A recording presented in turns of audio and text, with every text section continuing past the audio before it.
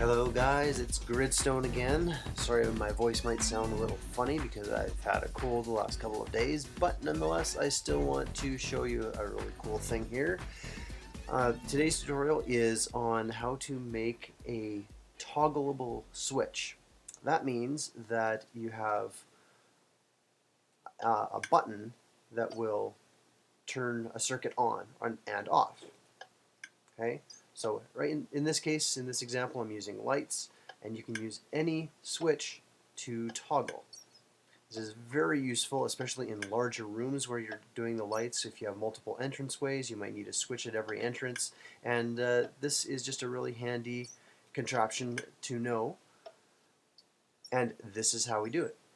To begin with, I'll show you how to place the hardest piece here. You need to be able to have access. You have to get a dropper and put it pointing downward, okay? And that's going to be only one block off the ground. And let's see here. Okay, so you have one dropper that is pointing straight down, another dropper that is pointing towards you, okay? And another one that is pointing up. So when this activates, it goes from there to there to there and up again. And then a hopper.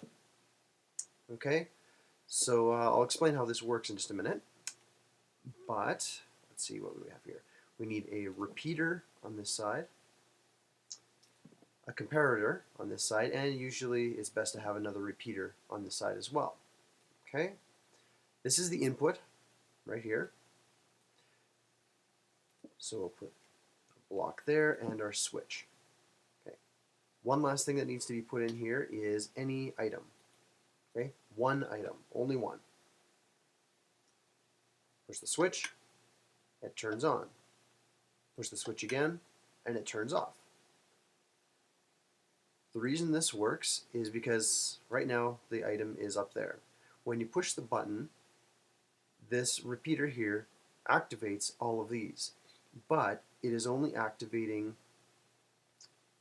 what it's doing is it's activating this one first, and then these two.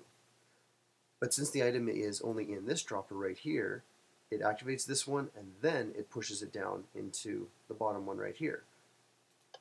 Right there. The comparator is telling you that there is an item in here, but the signal is not very strong. You see this? It only goes, the redstone is only a power of 1. That's why we need a repeater here.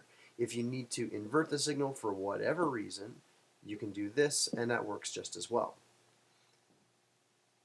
Okay.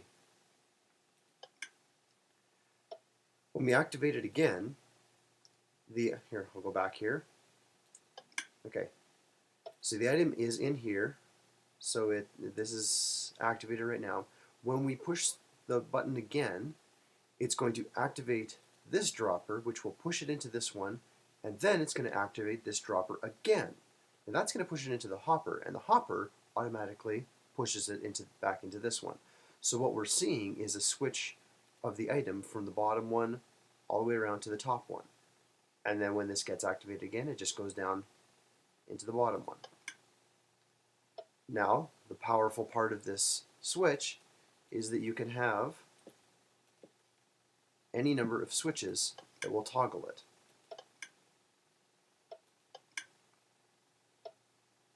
And this is also useful if you want to use pressure plates for activating something, say going into a room, or actually maybe that's a bad example, but if sometimes you can use this as a counter, which I'll show in another tutorial, but where you could actually count the number of times someone enters a room. So there you go. That's the basic schematic of how to get a toggleable switch output. We'll go back to my example here. I'll just show you the way this room works. I have the switch there, torch on that side, and then it just inverts, and then we have circuitry that runs all the way over here. This is from the switch on the back, just catching it right there. All of these switches run right into this repeater.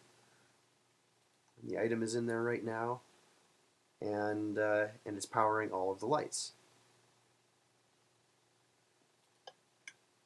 And that is how to build a toggleable switch.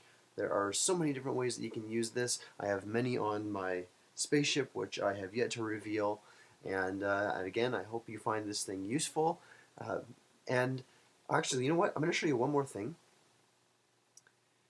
This is kind of neat here. You don't always have to have them stacked on top of each other. There we go. That's a little bit confusing sometimes as to figure out how this works. We got to activate, which one are we doing here? This one, here. Let's put an item in there. It's a little tricky because you don't have as many options of what direction you can go.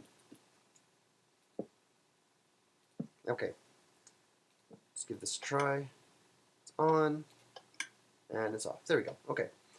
The trick with figuring out which way you want to do this is wherever you have your power coming in, you need to start with that one right there.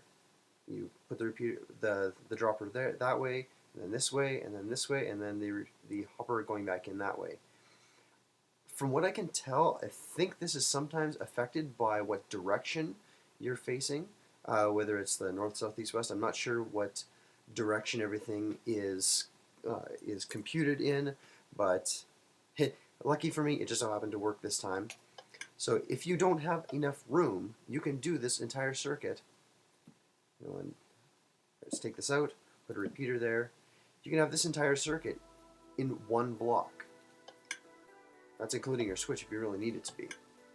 But so there are two options on the way that you can build this switch, and I hope you guys manage to use it. It's a great little thing to have, and especially as I said before, in big rooms or in any time that you need to control one other machine, one other redstone machine with a button for multiple locations. Hope you guys enjoyed this tutorial. Please subscribe. See you guys later.